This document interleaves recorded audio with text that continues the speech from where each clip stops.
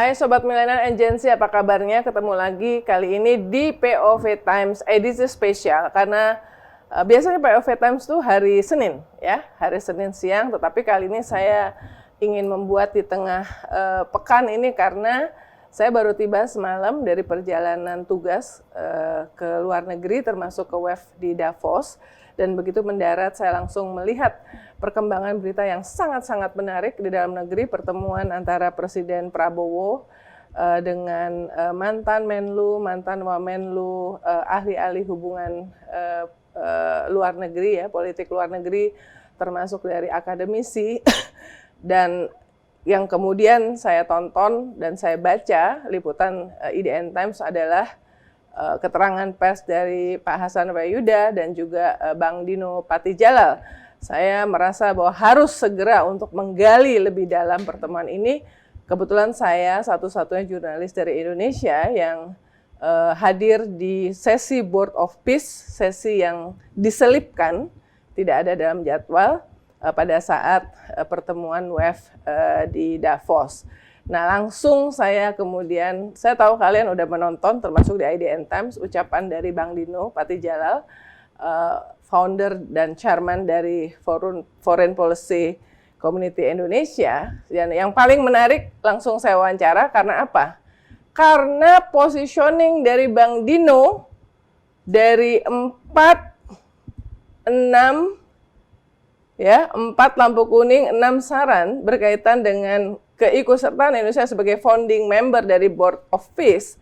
Sesudah keluar dari istana ketemu Presiden 3 jam berubah dan mengatakan bahwa Board of Peace adalah satu-satunya opsi untuk perdamaian di mengakhiri konflik di Gaza saat ini. Jadi langsung saya tanya soal berubah posisi ini. Menurut saya tidak berubah sama sekali. Jadi begini, posisi saya adalah kita udah masuk Board of Peace, ya kan?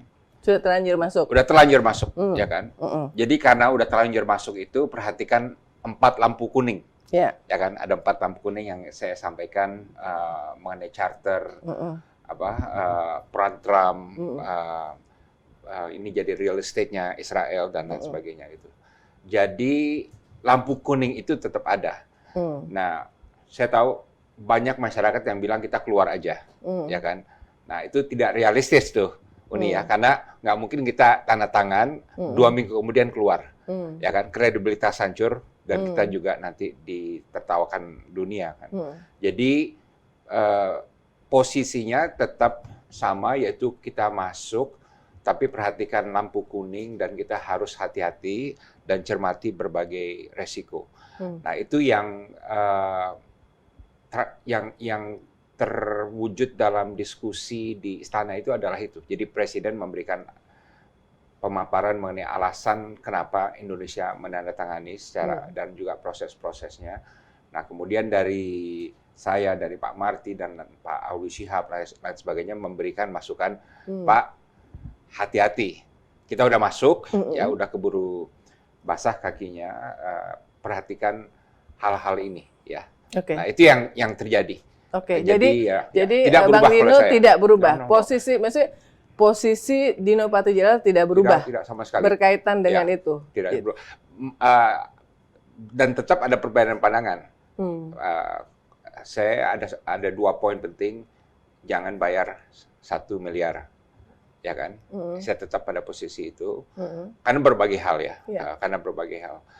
Dan kedua, kita tidak perlu berambisi jadi anggota permanen, ya kan? Di BOP. Di BOP, right? Karena kalau bayar 1 miliar itu kan untuk jadi anggota permanen. Tapi ada grace period 3 tahun, kan? Ada grace period dan kita nggak perlu terburu-buru dan juga dampaknya jauh lebih luas daripada hanya menjadi anggota permanen. Resikonya terlalu tinggi. Itu kan berarti selamanya kita Presiden Indonesia akan berada di bawah Trump, gitu ya. Jadi ada hal-hal yang dan itu disampaikan Bang Dino di pertemuan. Karena sebenarnya kalau kita ketemu sama Presiden, saya tahu ada hal-hal yang nggak bisa disampaikan. Dan saya juga mengalami itu, kan. Tapi saya bisa sampaikan apa yang saya sampaikan ke publik. Saya sampaikan, saya tidak mau sampaikan apa respon Presiden, tentu. Bukan hak saya, tapi saya sampaikan itu secara secara jujur kepada presiden. Gitu. Oke, sebelum saya kembali ke substansi, saya ingin tahu behind the scene. Jadi ini dikontak kapan persisnya? Saya dikontak sekitar 2 hari sebelum kemarin, 2 hari sebelum hari H. Gitu. Yang kontak siapa? Istana yang mengontak kepada salah satu staf dari kantor saya. Gitu. Oh, jadi ini bukan dari Kemlu?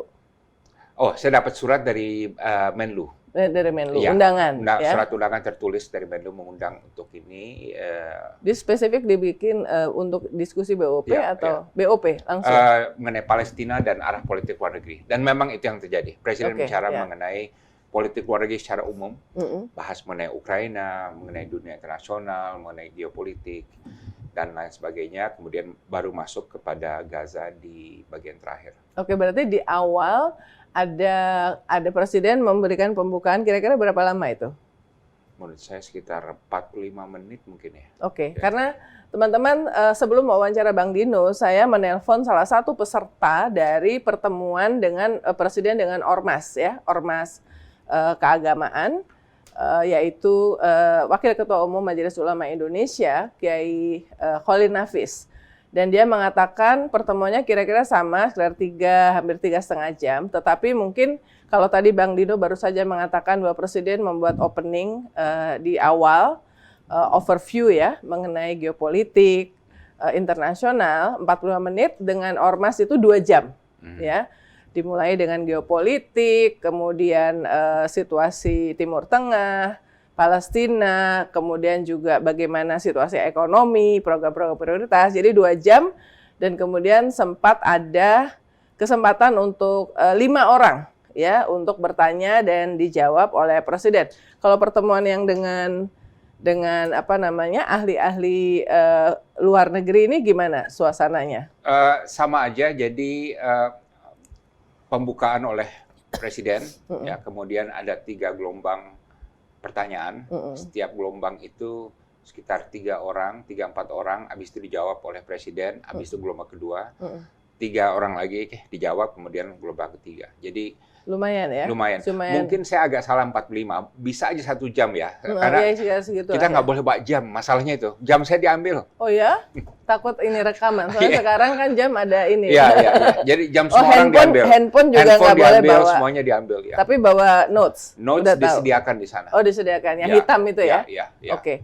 Nah, kenapa saya tanya ini? Karena Bang Dino juga dalam statementnya mengapresiasi keterbukaan dan interaktivitas dalam pertemuan dengan presiden ya, yang bahkan mengatakan surprisingly gitu ya. Surprising karena kita kan sering dengar kan kalau ini satu arah nih, ya, dan nggak ada yang apa. Mungkin itu berdebat. kalau sidang kabinet kayaknya. Iya, exactly. Yeah. Tapi kalau saya kan pendekatan beda. Saya pendekatan sebagai orang yang udah kenal beliau udah cukup lama, 30 tahun gitu ya.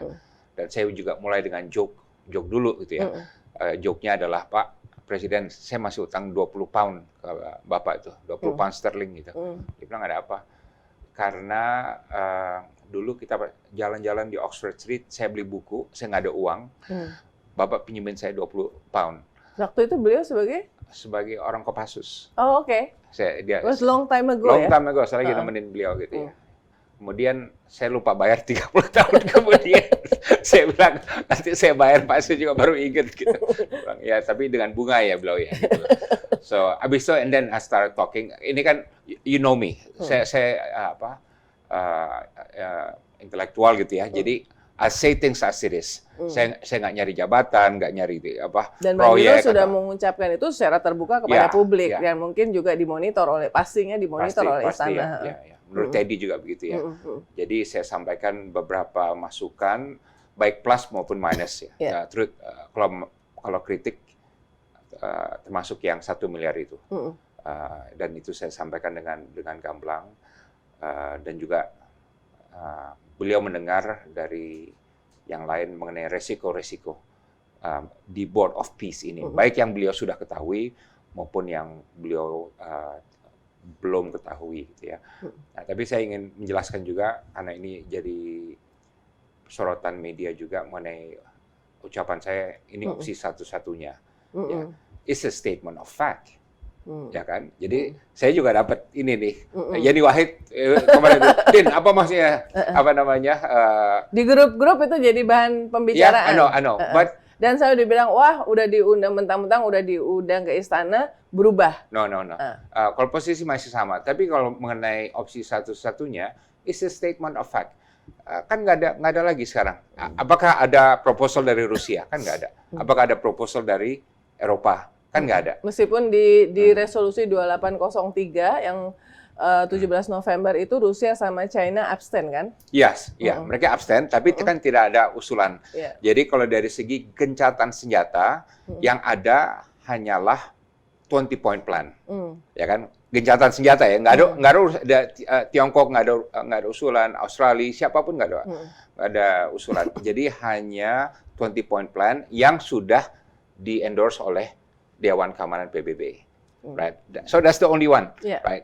Now, our choice is only one. Kita work with that opsi atau out. Dan dua-duanya valid choice ya. Tapi kan sudah membuat keputusan to be part of that option, however imperfect it is. It is kayak kita beli saham nih ya. Sahamnya, perusahaannya mencurigakan, dipimpin oleh orang yang juga membingungkan, governance yang nggak jelas. Tapi saham ini is the only saham yang in the market gitu, right? Nah, jadi itu penjelasan saya. Termasuk bahwa BOP itu sama sekali kita sama-sama, saya tahu Bang Dino sangat mendukung multilaterism di PBB. Presiden pidato di PBB juga sangat mendukung itu. Waktu itu dia pidato right after Trump ya, yang Trump habis bully PBB, Presiden Prabowo belain justru ya. Tetapi BOP ini nggak melibatkan, dan Bang Dino waktu di WEF itu sebenarnya ada agenda dengan Pak Antonio Guterres, Sekjen PBB. Tapi saya dapat informasi yang sudah terkonfirmasi, akhirnya dia batal, bukan karena alasan kesehatan seperti alasan resmi ya, tetapi karena tahu bahwa WEF akan di-hijack, dibajak oleh Trump untuk BOP.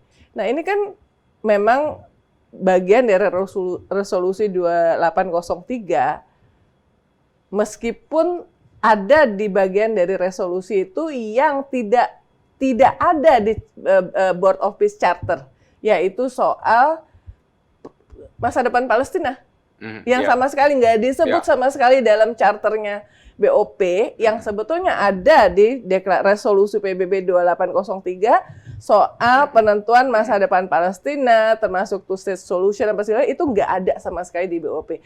Nah, apakah dengan situasi ini Bang Dino masih ngelihat bahwa ini?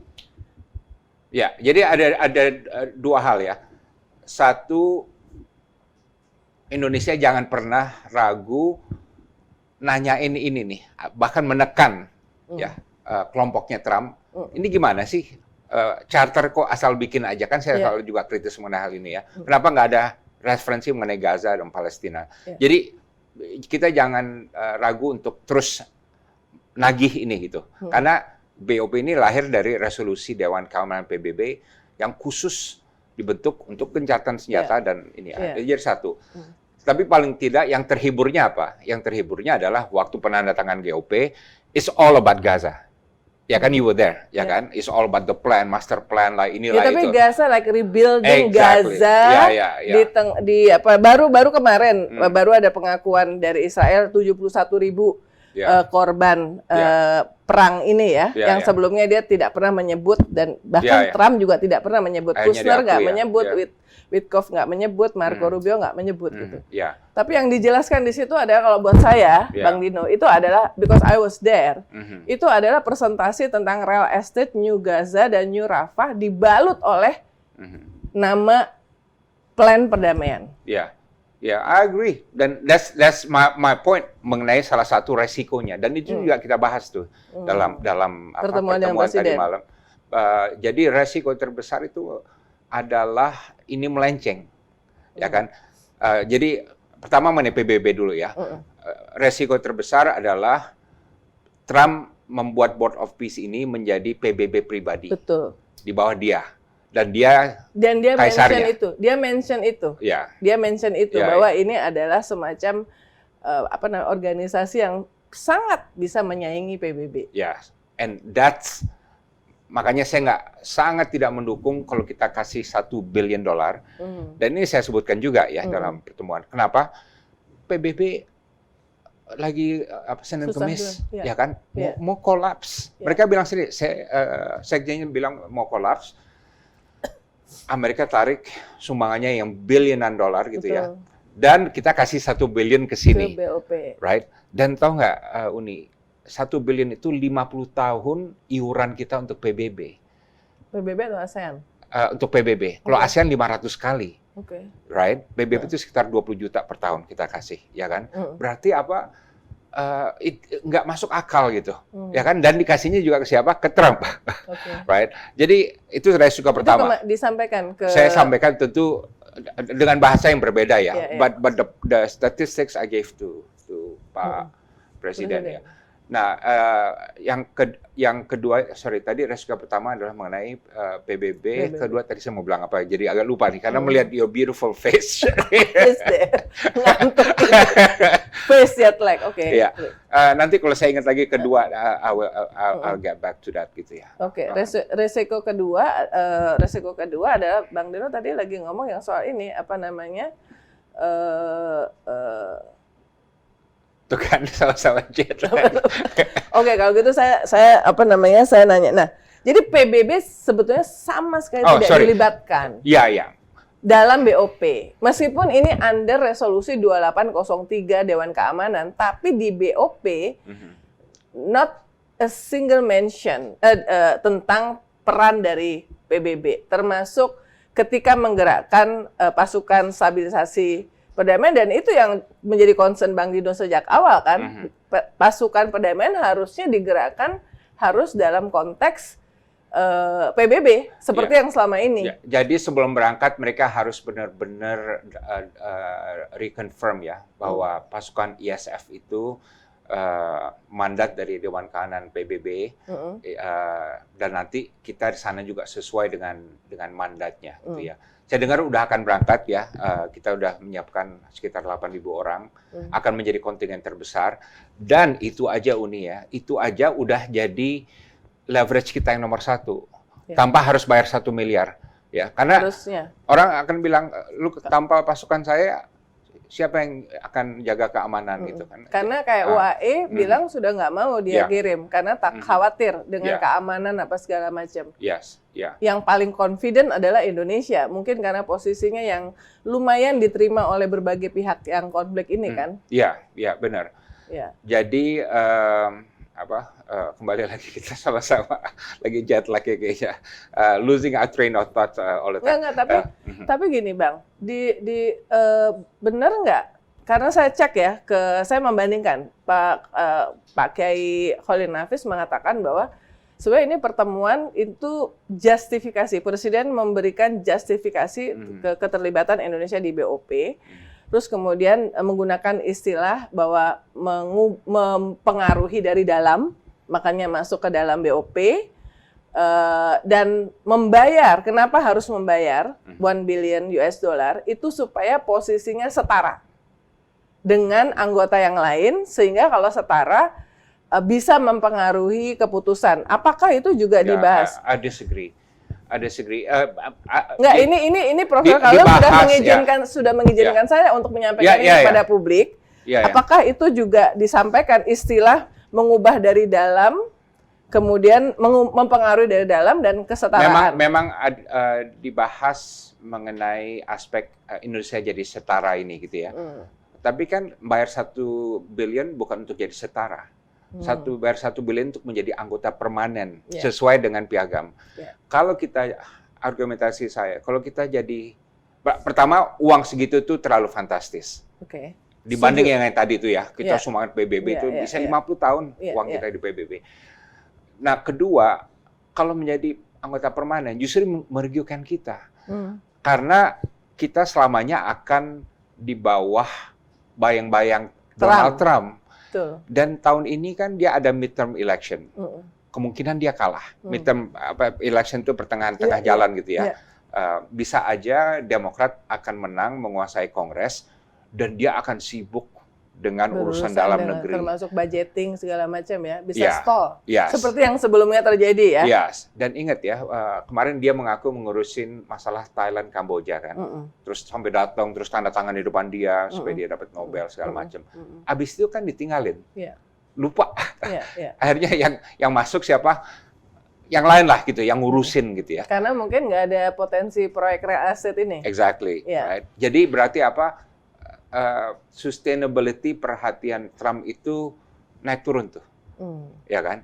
So jadi menjadi anggota permanen itu bukan prestasi, bukan hebat, bukan kehormatan, dan nggak penting gitu, ya kan? Apalagi kita udah nyumbang pasukan yang membuat kita sebenarnya lebih berharga dari anggota lainnya gitu. Tanpa membayar itu. Tanpa membayar $1 miliar dan juga rakyat nggak akan.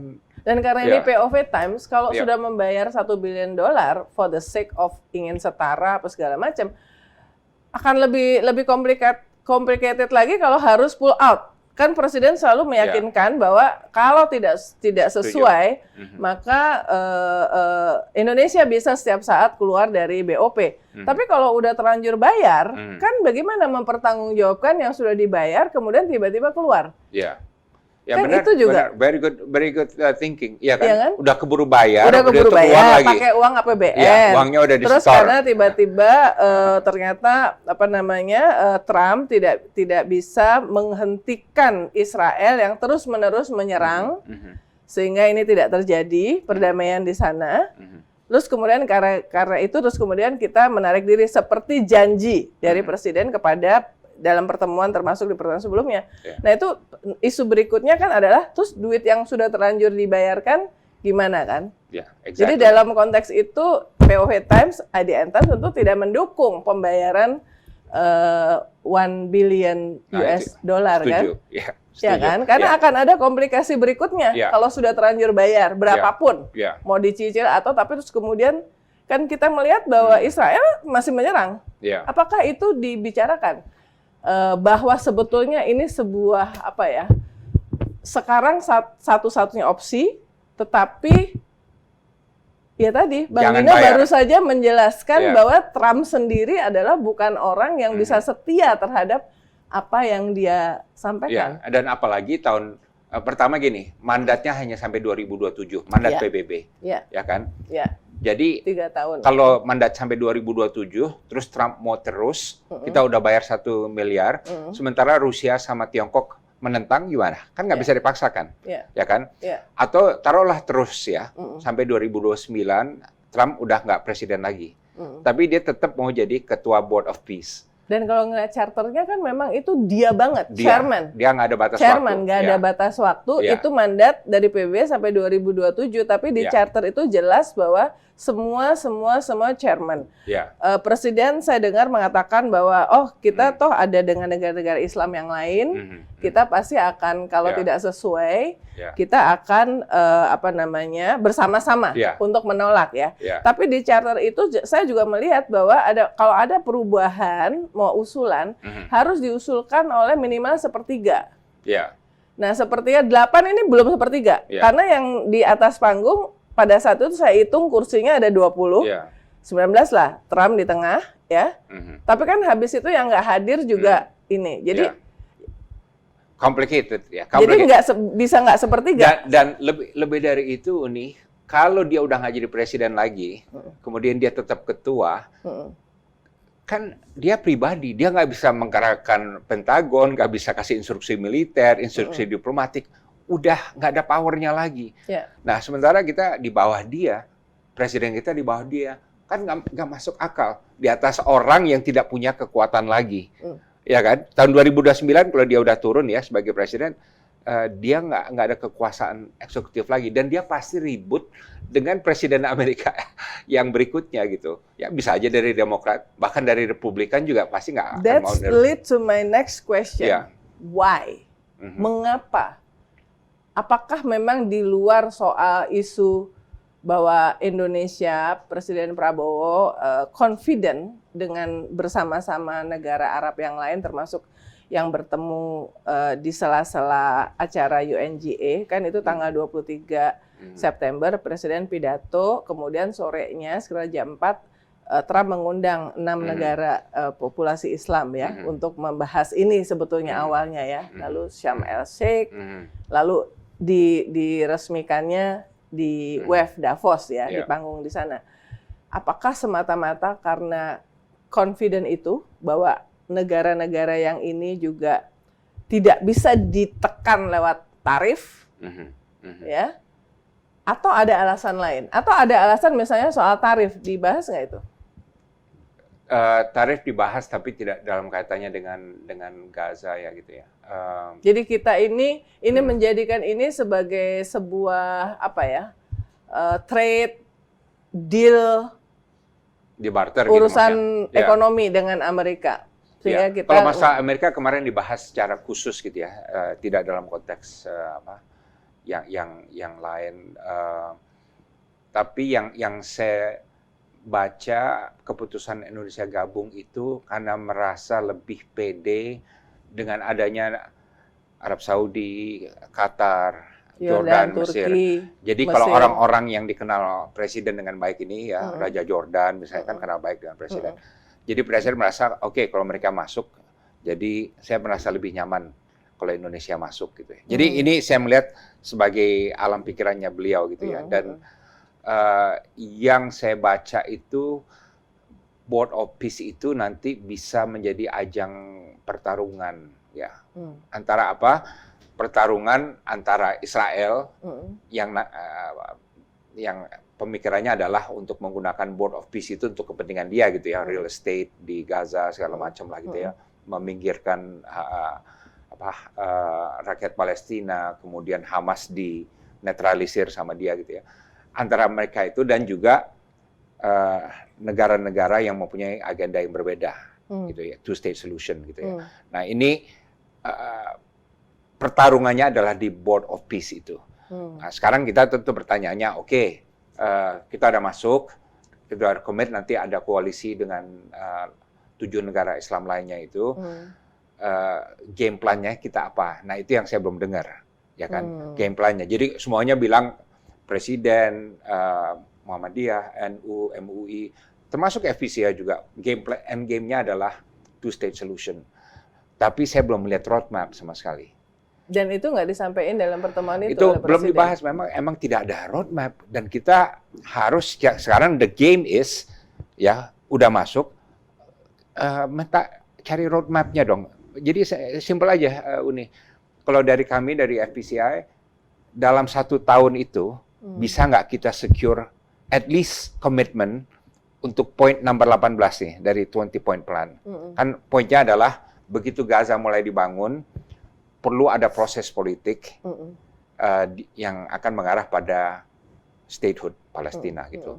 Nah, roadmap-nya itu nggak ada. Selama tidak ada roadmap, selama itu pula kemerdekaan Palestina nggak sebetulnya karena Presiden dan Indonesia termasuk Menlu hadir di pertemuan Board of Peace yang di WEF dan sehari sebelumnya itu kan tanggal 22 ya, 22 Januari.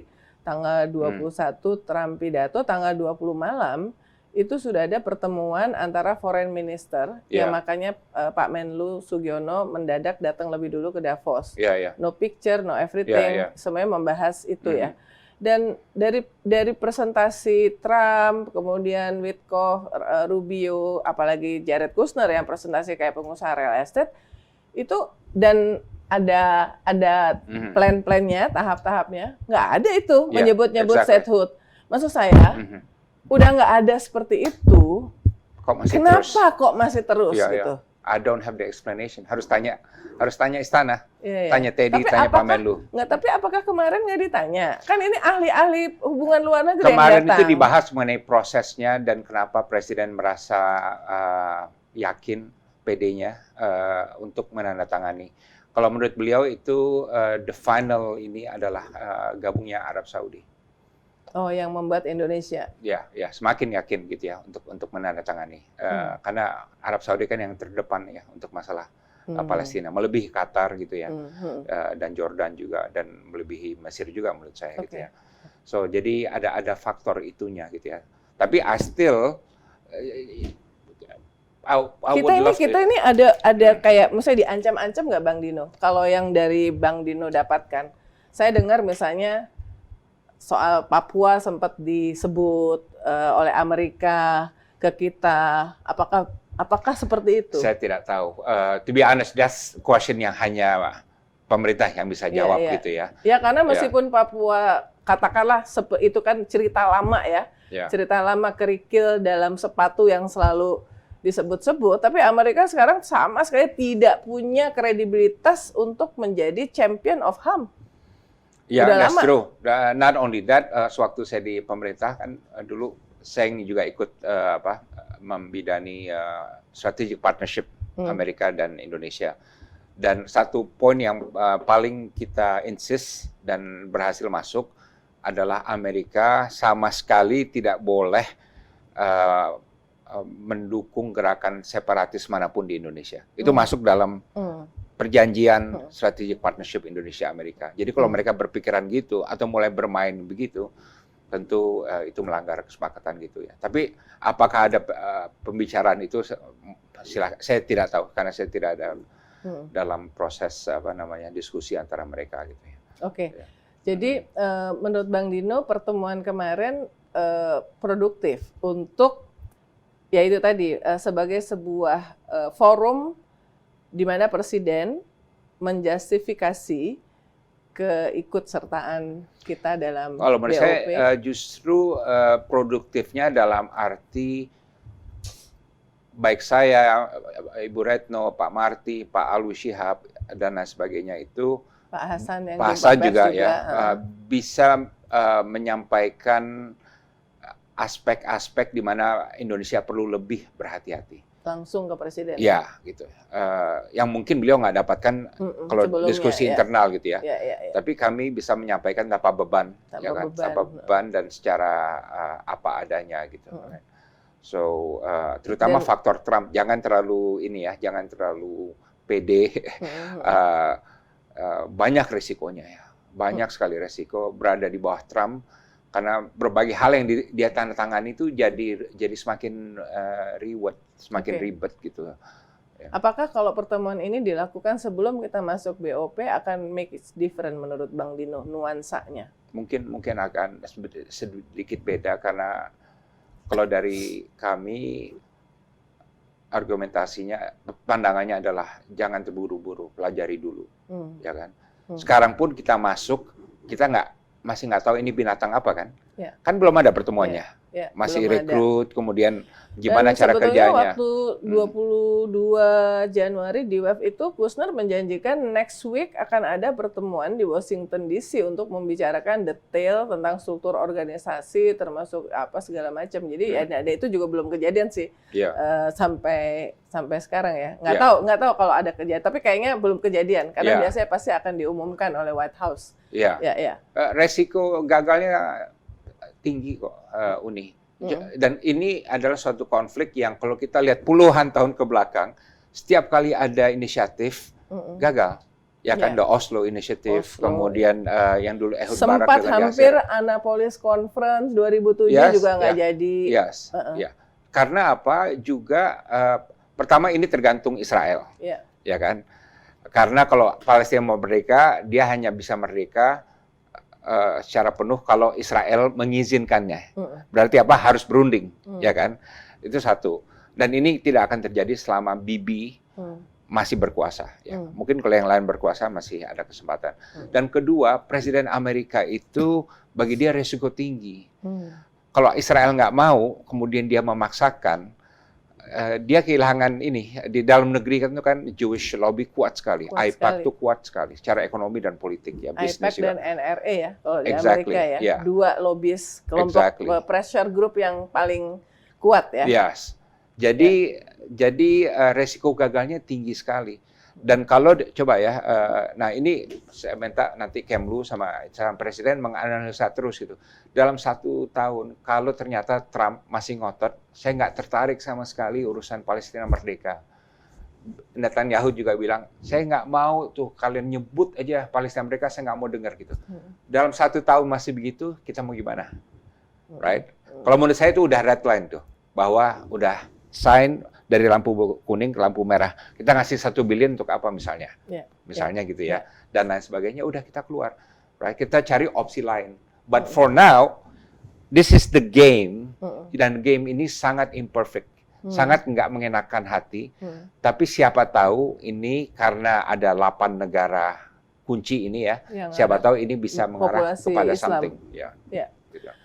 2 pertanyaan terakhir. Saya melihat di akun-akun yang mendukung presiden, mereka mencoba untuk mengklarifikasi, wah ini nih jawaban kenapa kok terhadap kritik negara-negara seperti Prancis, kemudian negara-negara yang Uni Eropa, negara-negara besar lah ya, itu tidak mau untuk ikut dalam BOP ya. Kalau Kanada karena Carney, which is the star of WEF 2026 adalah Carney ya, Mark Carney, Perdana Menteri Kanada.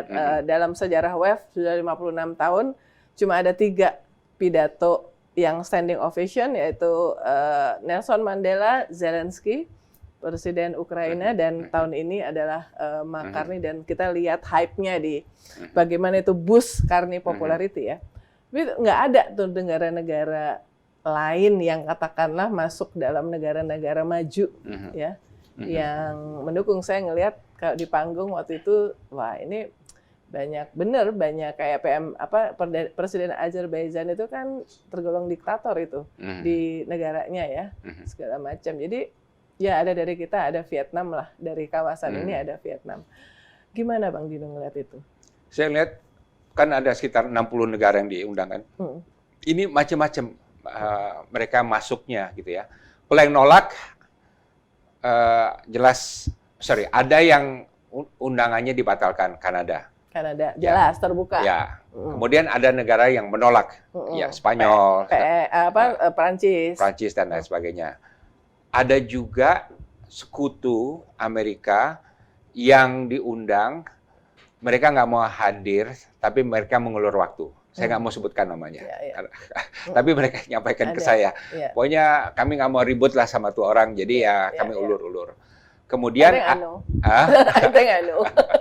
kemudian ada negara yang di luar sekutu itu ya, yang gabung karena iseng aja. Nggak ada kepentingan. Ya. Vietnam juga ya mungkin. Vietnam agak berbeda karena kepentingan tarif. Jelas. Ya kan. Jadi ada yang iseng, mungkin yang tadi Mongolia mungkin ya. Kemudian ada yang ada kepentingan tarif supaya dia senang juga gitu ya. Dan ada kelompok lain yang merasa benar-benar terlibat untuk masalah Palestina, dan mereka ingin menggunakan ini untuk memerdekakan Palestina gitu ya. Jadi atau ada gradasi supaya itu. Berteman sama Trump gitu. Ya, gitu ya. Nah, kita masuk di mana nih? Ya itulah. Menurut Bang Dino kita masuk di mana? Kita masuk mudah-mudahan di yang terakhir. Yang ingin memerdekakan dan melihat ini sebagai ajang pertarungan gitu ya. Tapi kan intinya kalau bertarung kita jangan sungkan gitu, you know what I mean? Harus ada senggol-senggolannya. Kayak kita Kamboja, perdamaian Kamboja kan berhasil, kenapa? Kita harus senggol-senggolan gitu. Sikut-sikutan, jagal-jagalan dan berdebat gitu. Itu kunci sukses dalam diplomasi. Nah, kita harus bisa masuk ke modalitas itu. Dan aku setuju yang harusnya bahwa Indonesia berkontribusi untuk mengirimkan banyak sekali, kalau benar 8.000 itu adalah bargaining yang benar-benar berharga harusnya buat Trump. Karena negara yang lain, termasuk negara di Arab, nggak mau. Karena tahu resikonya sangat besar. Benar. Kita ini Indonesia tuh so far per hari ini kalau memang nggak berubah, nggak dianggap jadi anteknya Trump sesudah masuk BOP di mata Hamas, paling nggak, itu kan kita dianggap paling diterima tuh. Dengan semua faksi yang ada di sana ya. Nah itu harusnya ini. Jadi kita setuju harusnya Indonesia tidak membayar dulu ya. Tidak membayar dulu yang 1 billion dengan berbagai macam alasan yang tadi juga disampaikan, karena itu tadi begitu kita bayar Terus kemudian ternyata memang karena dari awal di charter, Board of Peace Charter itu tidak ada menyebut sama sekali tentang masa depan dari Palestina, sesuai dengan yang harusnya ada di resolusi 2803 Dewan Keamanan PBB. Jadi itu kayak di-cut separuh aja sama Trump, nggak diambil semuanya dari resolusi Dewan Keamanan 2803, di charternya BOP-nya nggak seperti itu, padahal itu yang kita inginkan. Terus kita keluar, ya nanti kontroversi berikutnya adalah jadi kita aneh, udah bayar, udah bayar, pertanggungjawaban untuk pengeluaran duit itu bagaimana kan gitu kan? Iya, benar. Dan nggak akan dikembalikan uangnya. Iya, tapi dalam jumpa persnya Pak Hasan, saya menonton bahwa beliau mengatakan uang ini sebaiknya untuk membantu Palestina. Sebetulnya dalam pertemuan tuh ada nggak sih ini sebenarnya uangnya ini untuk apa gitu? Kalau posisi kami di FPCI, kalau kita mau bantu kan itu dari dulu, ya kan? Selalu, Nah, ya, jadi kalau kita mau bantu, pertama bantunya langsung ke rakyat Palestina. Tapi jumlahnya juga bukan $1 miliar, bukan 17 triliun. Jumlahnya semampu kita aja, 10 juta dolar, ya kan? 20 juta dolar itu kan masih dalam bahkan batas kita pernah wajar. bangun rumah sakit juga kan? Ya gitu. Nggak, tapi sebenarnya 1 billion itu untuk apa? Kalau pengertiannya Bang Dino sebagai diplomat yang sangat mumpuni dari charter itu, 1 billion itu bacaan untuk apa? saya untuk menjadi anggota permanen harus memberikan kontribusi $1 miliar, ya kan? Bacaan saya, itu kan ya. Jadi kalau kita udah memberikan bantuan untuk ini tentu ya, untuk apapun lah gitu ya, di lapangan yang sejumlah $1 miliar, kita menjadi anggota permanen gitu. Dan itu kan nggak penting banget. Bisa aja nggak harus $1 miliar. Untuk apa? Untuk anggota permanen itu untuk apa? Belum jelas juga kan? Nah, itu juga nggak jelas. Untuk pembiayaan apa? Apakah untuk pembiayaan membangun New Rafah, New Gaza? Nggak jelas kan? Anggota permanen, di charter kan nggak ada. Nggak ada. Jadi anggota permanen itu mungkin dimaksudkan oleh si Trump ini. Kan dia kan yang menyusurkan Trump konsep ini. Itu sama sebagai anggota yang paling privilege lah. Ya kan? Kayak di PBB, Dewan Keamanannya gitu kan. Ya, tapi menurut saya apa pentingnya kita menjadi anggota permanen suatu kelompok yang dibosi oleh si Trump ini, right? Dan belum jelas masa depannya juga. Tata kelolanya nggak jelas, komitmennya dia juga nggak jelas, dan lain sebagainya gitu. Banyak orang yang bilang potensi ambruknya tinggi tuh. Oke, teman-teman sekalian, ini sangat menarik ya. Kita akan sama-sama mengawal lah ya. Mengawal, kenapa mengawal? Karena $1 billion itu diambil dari APBN ya. APBN itu taxpayer money, uang bayar pajak kita, dan Indonesia sedang butuh banyak sekali banyak sekali pembiayaan yang lebih penting ya, lebih prioritas. Tapi yang kedua tadi apa yang dibahas oleh Bang Dino ya, concern yang disampaikan, meskipun saya ngelihatnya kok kesannya tuh, apalagi Pak Yusuf Hanandi ya, muji-muji, saya cuma muji-muji ya. Sebagai ini kita tahu lah why-nya segala macam, tapi memang Indonesia, saya rasa rakyat Indonesia sudah dan selalu tidak pernah berubah komitmennya mendukung kemerdekaan Palestina, two-state solution. Dan ini yang harus lebih menonjol dikomunikasikan oleh pemerintah berkaitan dengan termasuk keikutsertaan Indonesia di Board of Peace.